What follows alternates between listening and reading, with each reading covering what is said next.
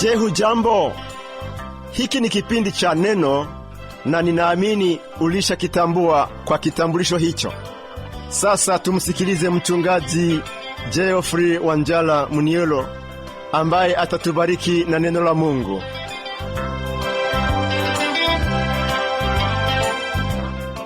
Uhali gani ndugu msikilizaji? Asante kwa uamuzi wako wa kuungana nasi kwenye kipindi chako cha Neno. Karibu ubarikiwe. Mwenyeji wako ni mimi dada Pamela Omwodo. Siku ya leo Mungu atanena nasi kutoka kwenye kitabu cha Wafalme wa Pili sura ya 13 kuanzia aya ya kwanza hadi sura ya 15 aya ya 38.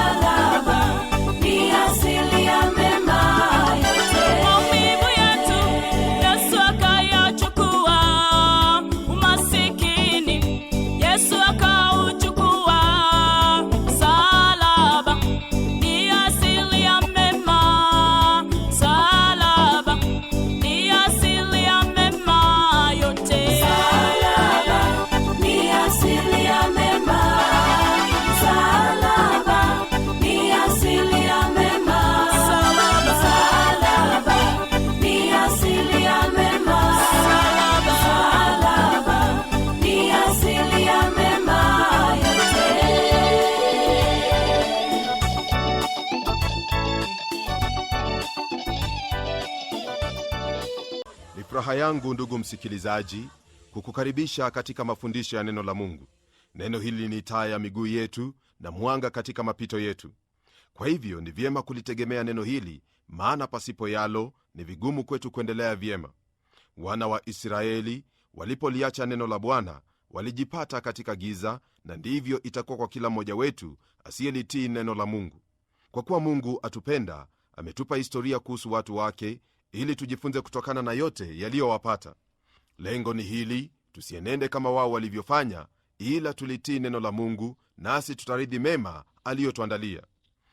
Basi kwa hayo, hebu tuingie katika somo letu lililoko kwenye sura ya 13 ya kitabu cha Wafalme wa Pili, tukianzia aya ya kwanza hadi sura ya 15 aya ya 38. Ningelipenda ufahamu kwamba muda huwezi kuniruhusu kusoma kila andiko. Kwa hiyo nakuomba usome maandiko haya kwa baraka zaidi. Pia tangulia kusoma mbele yangu kila mara kwa ufahamu zaidi, maana Roho wa Mungu atakufunulia mengi. Sehemu hii ya maandiko, ndugu msikilizaji, iliyo somo letu la leo, ina baraka kwa ajili yetu, hasa kwa kuwa yazingatia hao wafalme waliokuwa wazuri au waliomcha Mungu. Kumbuka kwamba Yuda ndiyo twaitaja kama ufalme wa kusini, nayo Israeli ndiyo twaitaja kuwa ufalme wa kaskazini. Katika ufalme wa kusini, uzao wa Daudi ndio waliendelea kutawala. Ni huo uzao ndio tutaufuata hadi kwenye Agano Jipya kwa kuzaliwa kwa Bwana Yesu Kristo. Kama tulivyoona, Athalia binti Yezebeli na Ahabu alikaribia kuangamiza wote waliokuwa wa uzao wa Daudi. Alipata fursa hiyo kwa njia ya ndoa. Kwenye sura ya 13 twakutana na Yehoahazi mwana wa Yehu aliyetawala Israeli kwa miaka 17. Huyu alikuwa kama babaye, maana aliabudu miungu ya sanamu kama vile alivyofanya Yeroboamu.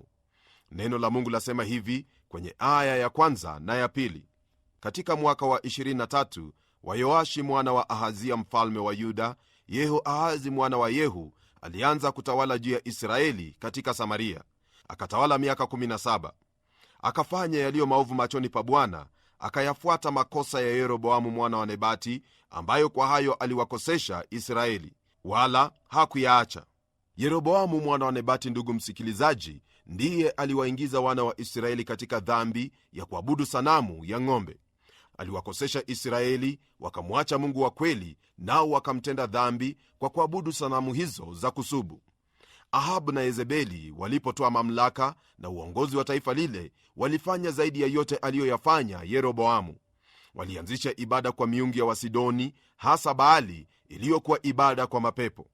Yehoahazi kama babaye Yehu hakuabudu Baali wala kutenda kama alivyofanya Ahabu. Alilofanya ni kuenenda katika dhambi ya Yeroboamu, na hilo lilikuwa chukizo mbele yake Mungu. Kwa sababu ya dhambi ya watu wa Israeli, Mungu aliwainukia. Hili ndilo twaliona kwenye aya ya 3 na ya 4 zinazosema hivi: hasira ya Bwana ikawaka juu ya Israeli, akawatia mkononi mwa Hazaeli mfalme wa Shamu na mkononi mwa Ben-Hadadi mwana wa Hazaeli siku zote. Naye Yehoahazi akamsihi Bwana, Bwana akamsikiliza, kwa kuwa aliyaona mateso ya Israeli, jinsi mfalme wa Shamu alivyowatesa. Mtu huyu alijua kwamba hatari imemsogea, naye kwa woga akamgeukia Mungu. Kile ambacho kipo hapa ni kwamba Mungu alimsikia, nalo hilo latuonyesha waziwazi ya kuwa mtu anapomwendea Mungu, Mungu hawezi kumwacha. Mungu atamsikia hata kama yeye ni mwenye dhambi. Rafiki yangu, ningelipenda ujue huyo ndiye Mungu tunayemtumikia. Iwapo umeishi katika maisha ya dhambi, ningelipenda kukufahamisha kwamba ombi ambalo laweza kusikika mbele ya Mungu ni ombi lako unapoomba Mungu akusamehe dhambi zako. Nawe unapolitia jina lake, neno lasema kwamba yeye ataitika na atakuokoa. Liitie jina la Bwana nawe utaokoka, kama vile huyu mtu alivyookoka. Neno kwenye aya ya 5 latuambia hivi: Bwana akawapa Israeli mwokozi, nao wakatoka mikononi mwa Washami. Wana wa Israeli wakakaa hemani mwao kama zamani za kwanza. Kutokana na aya hiyo twaona jinsi Bwana Mungu alivyo mwingi wa neema na huruma. Mara mfalme huyo alipoliitia jina lake, Bwana alimsikia na kujibu ombi lake. Aliwakomboa watu wake kutoka kwa mikono ya Washami. Utakubaliana nami kwa hili ya kwamba hatuna ufahamu wa jinsi Mungu alivyo mwema kwetu na mwingi wa fadhili. Ufahamu wa haya utatujulisha kwa mengi makuu aliyo nayo kwa ajili yetu. Neno latuambia kwamba Israeli wakakaa hemani mwao kama zamani za kwanza. Hiyo ni kusema kuwa walikuwa na amani ambayo hawakuwa nayo hapo awali.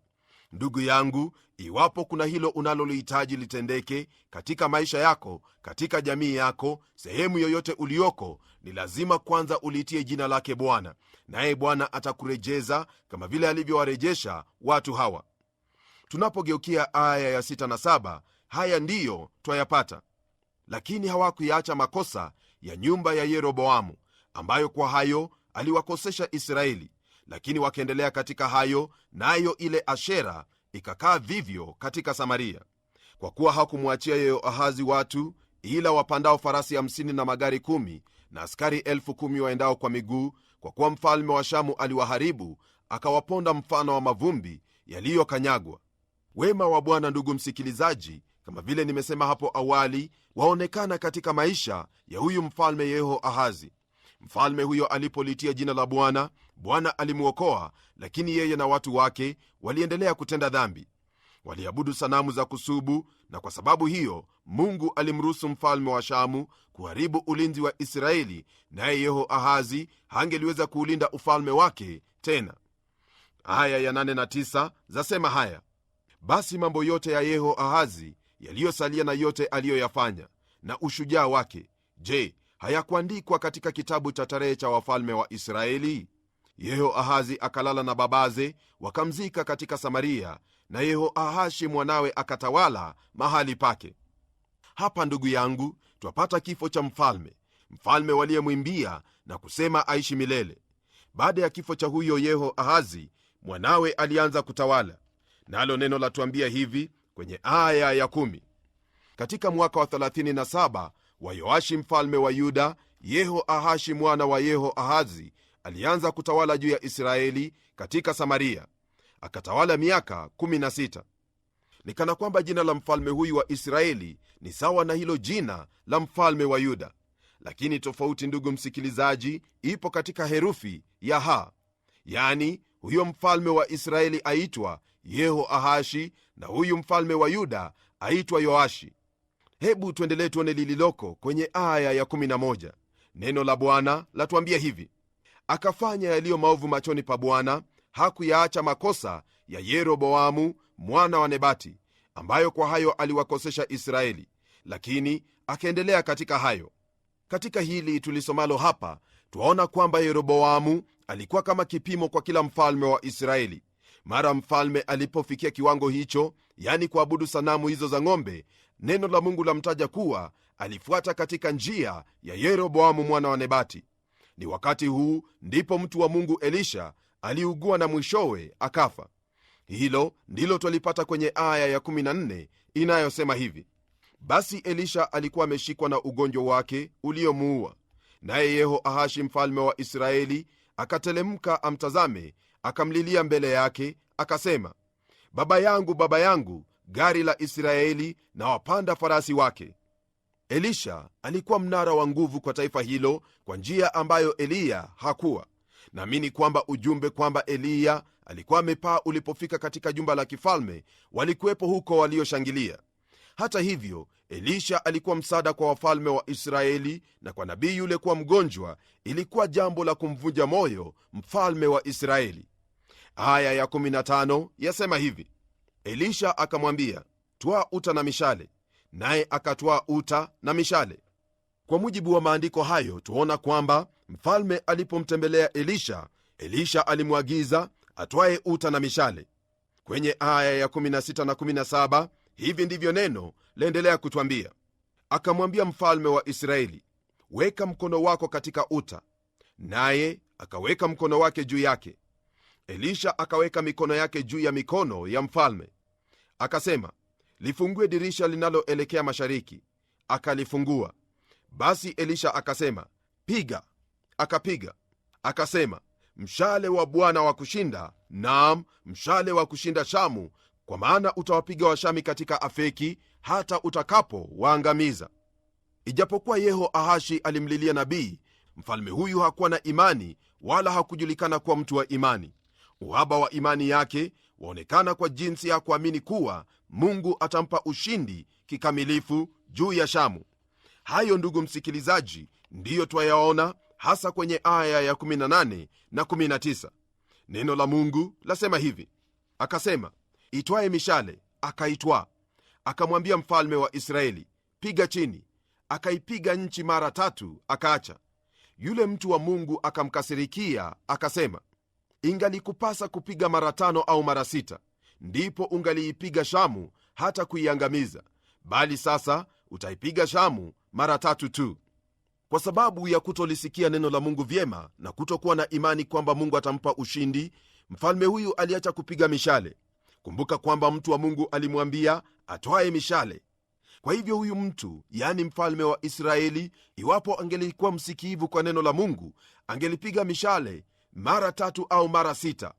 Yani hiyo ingelikuwa kuonyesha imani kwamba Mungu ataweka Washami mikononi mwake. Hili ni jambo linalowapata wengi wetu. Upinzani na mambo ya kuvunja moyo huwafanya watoto wengi wa Mungu kutofikia maazimio yao katika maisha.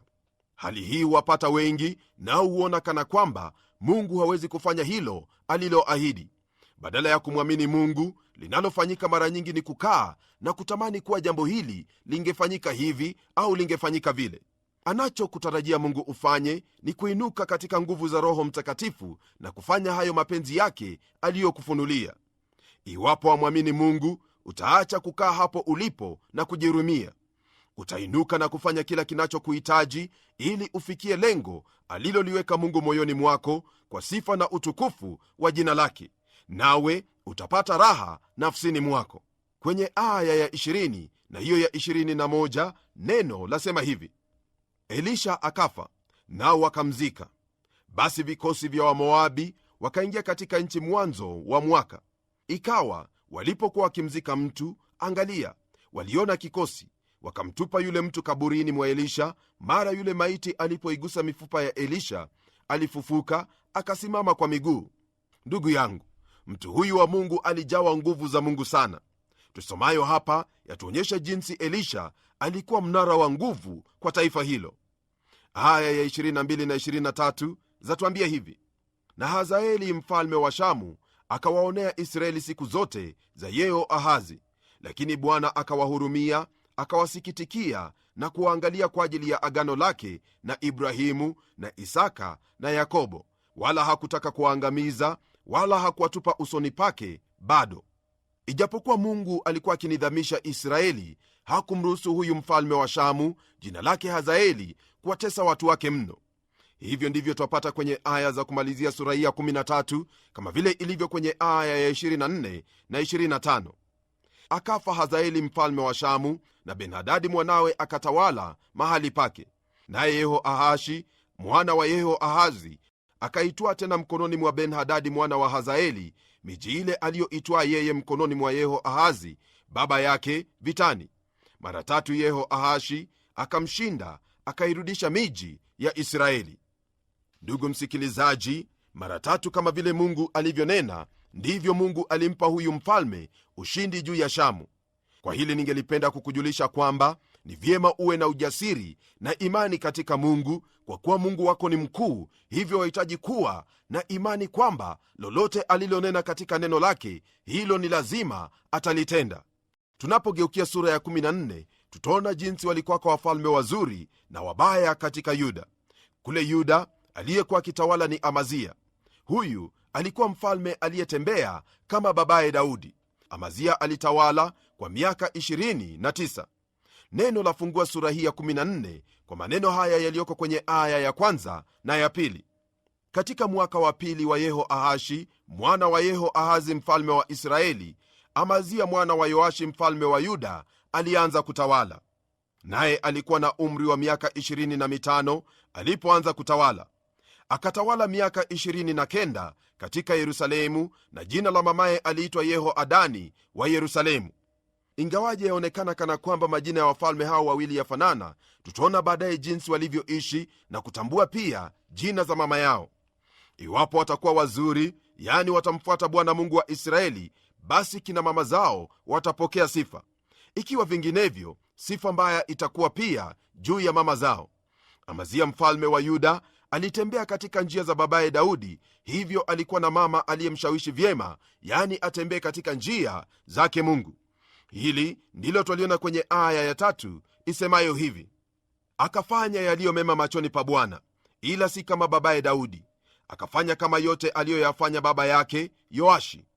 Amazia mwana wa Yoashi alipochukua hatamu za uongozi katika ufalme ule wa Yuda, alimwabudu Bwana Mungu wa Israeli kama alivyofanya babaye. Huo ndio ushuhuda wa maandiko kumuhusu. Na kama ilivyokuwa hapo awali, vita vilikuwepo kati ya falme hizo mbili, yani kati ya ufalme wa Yuda na huo ufalme wa Israeli. Kwenye aya ya 17 hadi 22 neno la Mungu latuambia hivi: naye Amazia mwana wa Yoashi mfalme wa Yuda akaishi baada ya kufa kwake Yehoahashi mwana wa Yehoahazi mfalme wa Israeli miaka 15.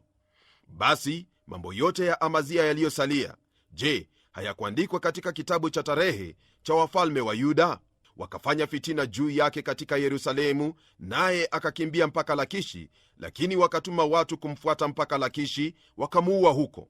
Wakamleta juu ya farasi, naye akazikwa huko Yerusalemu pamoja na babaze katika mji wa Daudi. Na watu wote wa Yuda wakamtwaa Uzia aliyekuwa mwenye umri wa miaka 16, wakamfanya awe mfalme mahali pa baba yake Amazia. Huyo akajenga Elathi, akaurudisha kwa Yuda baada ya kulala mfalme pamoja na babaze. Hayo, ndugu msikilizaji, ndiyo yalitendeka kwa habari ya Amazia. Na kwa kumalizia sura hii ya 14, neno lasema hivi kwenye aya ya 23 hadi 29: katika mwaka wa 15 wa Amazia mwana wa Yoashi mfalme wa Yuda, Yeroboamu mwana wa Yehoahashi mfalme wa Israeli, alianza kutawala katika Samaria. Akatawala miaka 41. Akafanya yaliyo maovu machoni pa Bwana, wala hakuyaacha makosa yote ya Yeroboamu mwana wa Nebati, ambayo kwa hayo aliwakosesha Israeli. Yeye akaurudisha mpaka Israeli toka kuingia kwa Hamathi hata bahari ya Araba, sawasawa na neno la Bwana Mungu wa Israeli alilolinena kwa mkono wa mtumishi wake Yona mwana wa Amitai, nabii aliyekuwa Gath-Heferi. Kwani Bwana akayaona mateso ya Israeli kwamba yalikuwa machungu sana, maana hakukuwa na mfungwa wala asiyefungwa wala msaidizi kwa ajili ya Israeli. Wala Bwana hakusema ya kwamba atalifuta jina la Israeli litoke chini ya mbingu, lakini akawaokoa kwa mkono wa Yeroboamu mwana wa Yehoashi. Basi mambo yote ya Yeroboamu yaliyosalia na yote aliyoyafanya na ushujaa wake na jinsi alivyopigana, akawapatia tena Israeli Dameski na Hamathi iliyokuwa kwanza ya Yuda. Je, hayakuandikwa katika kitabu cha tarehe cha wafalme wa Israeli? Yeroboamu akalala na babaze, yani na wafalme wa Israeli, na Zakaria mwanawe akatawala mahali pake. Katika haya tuona kwamba mfalme huyu wa Israeli alifuatia njia za wafalme waliomtangulia. Hata hivyo, kulingana na nabii Yona mwana wa Amitai, alirejesha mipaka ya Israeli. Huyu Yona ni yule aliyeandika hicho kitabu cha Yona. Huyu Yeroboamu wa pili alipokufa, Zakaria alichukua uongozi. Kwa ufahamu wako, twakaribia mwisho wa kuwepo kwa ufalme huo wa kaskazini, yani ufalme wa Israeli. Sura ya 15 yaanza kwa utawala wa Azaria aliyeitwa Uzia kwa jina lingine. Hiyo ni kwa habari ya ufalme wa Yuda. Neno la Mungu lasema hivi kwenye aya ya 1 hadi aya ya 4: katika mwaka wa 27 wa Yeroboamu mfalme wa Israeli, Uzia mwana wa Amazia mfalme wa Yuda akaanza kutawala. Alikuwa na umri wa miaka 16 alipoanza kutawala. Akatawala miaka 52 huko Yerusalemu, na jina la mamaye aliitwa Yekolia wa Yerusalemu. Akafanya yaliyo mema machoni pa Bwana kama yote aliyoyafanya babaye Amazia, ila mahali pa juu hapakuondolewa, nao watu wakaendelea kutoa sadaka na kufukiza uvumba katika mahali pa juu. Hili tulisomalo hapa ni jambo lililomfanya nabii Isaya kuhofu, maana aliona kuwa yawezekana mrithi wake akawarudisha wana wa Israeli katika ibada ya sanamu. Na hilo ndilo lilitendeka baada ya utawala wa huyu Azaria au Uzia kufariki. Waweza kusoma hayo, ndugu msikilizaji, kwenye kitabu cha nabii Isaya sura ya 6. Utawala wa huyu Azaria tutaushughulikia kiundani tutakapofika kwenye kitabu cha Mambo ya Nyakati. Kule Israeli aliyekuwa kitawala ni Zakaria. Huyo alikuwa wa mwisho katika uzao wa Yehu, naye aliuliwa baada ya kutawala miezi 6 tu. Aliyemuua jina lake ni Shalumu, naye hakutawala kwa muda mrefu, kwani baada ya mwezi mmoja aliuliwa na huyo aitwaye Menahemu. Huyo alitawala kwa miaka 10 akitenda maovu machoni pake Bwana, kama walivyofanya wafalme waliomtangulia, hasa Yeroboamu. Katika utawala wake, Pulu mfalme wa Ashuru alikuja juu ya nchi. Menahemu alimpa talanta 1000 za fedha ili kuhifadhi ufalme wake.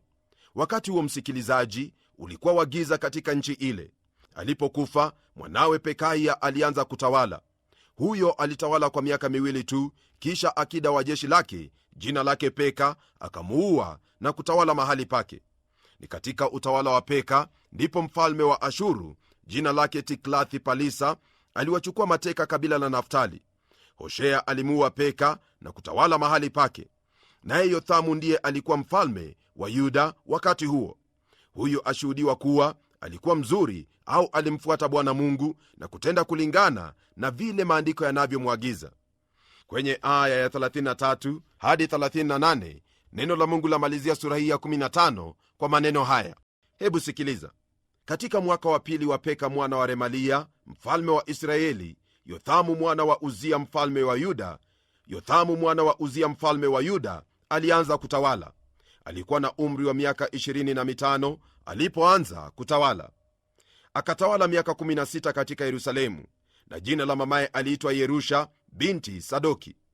Akafanya yaliyo mema machoni pa Bwana, akafanya kama yote aliyoyafanya Uzia baba yake, ila mahali pa juu hapakuondolewa. Watu walikuwa wakitoa sadaka na kufukiza uvumba katika mahali pa juu. Ndiye aliyelijenga lango la juu la nyumba ya Bwana. Basi mambo yote ya Yothamu yaliyosalia na yote aliyoyafanya, je, hayakuandikwa katika kitabu cha tarehe cha wafalme wa Yuda? Zamani hizo akaanza Bwana kumtuma juu ya Yuda Resini mfalme wa Shamu na Peka mwana wa Remalia. Yothamu akalala na babaze, akazikwa pamoja na babaze katika mji wa Daudi baba yake, na Ahazi mwanawe akatawala mahali pake. Mfalme huyu, kulingana na neno hili, licha ya kumfuata Bwana Mungu, aliachilia dhambi ya kuabudu sanamu kuendelea katika taifa hilo. Hili ni jambo litakalowafanya wachukuliwe utumwani. Dhambi, msikilizaji wangu, daima huwa ni hasara kwa kila atendaye. Jiepushe na dhambi kwa kumwamini Mungu kwa njia ya mwana wake Yesu Kristo. Hebu na tuombe. Mungu tena Baba wa Bwana wetu Yesu Kristo, nalibariki jina lako na kulitukuza, maana wewe watujali, ndiposa waendelea kujifunua kwetu katika maandiko haya. Bwana, tumeona jinsi ambavyo twahitaji daima kukufuata wewe na kulicha neno lako, maana katika kukucha wewe ndimo mna uzima, ndimo mna amani na pia usalama wetu. Namwombea ndugu yangu msikilizaji, ya kuwa utamjalia baraka zako, utamuinua, utaendelea kumsaidia katika kila jambo, ili aishi kulingana na neno hili ambalo amelisikia leo hii, hasa kuenenda katika njia zako. Haya najua ndiyo utakayeyatenda, kwa kuwa nimeyaomba katika jina la Yesu Kristo aliye Bwana na Mwokozi wetu, amen. Ndugu msikilizaji, naamini ya kwamba maandiko ambayo tumejifunza leo hii yamekuwa ya baraka katika maisha yako, nawe utatenda yanayokupasa kwa kulisoma neno la Mungu na pia kumtegemea Roho wa Mungu aliye pamoja nawe, ili kukuwezesha utende yote yaliyo katika mapenzi yake Mungu. Kwa hayo basi, tukutane kwenye kipindi kijacho, tujifunze zaidi, maana Mungu ana mibaraka kwa ajili yetu. Na hadi wakati huo, ni mimi mchungaji wako Geoffrey Wanjala Munialo, na neno litaendelea.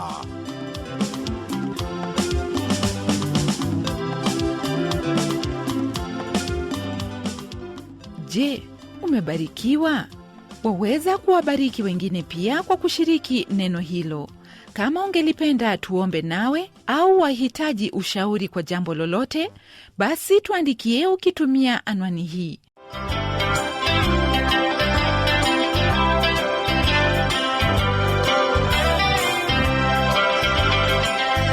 Ndiyo msikilizaji wangu, neno ni lazima liendelee. Kwa hivyo, hebu tuandikie utueleze jinsi hili neno la Bwana linakubariki.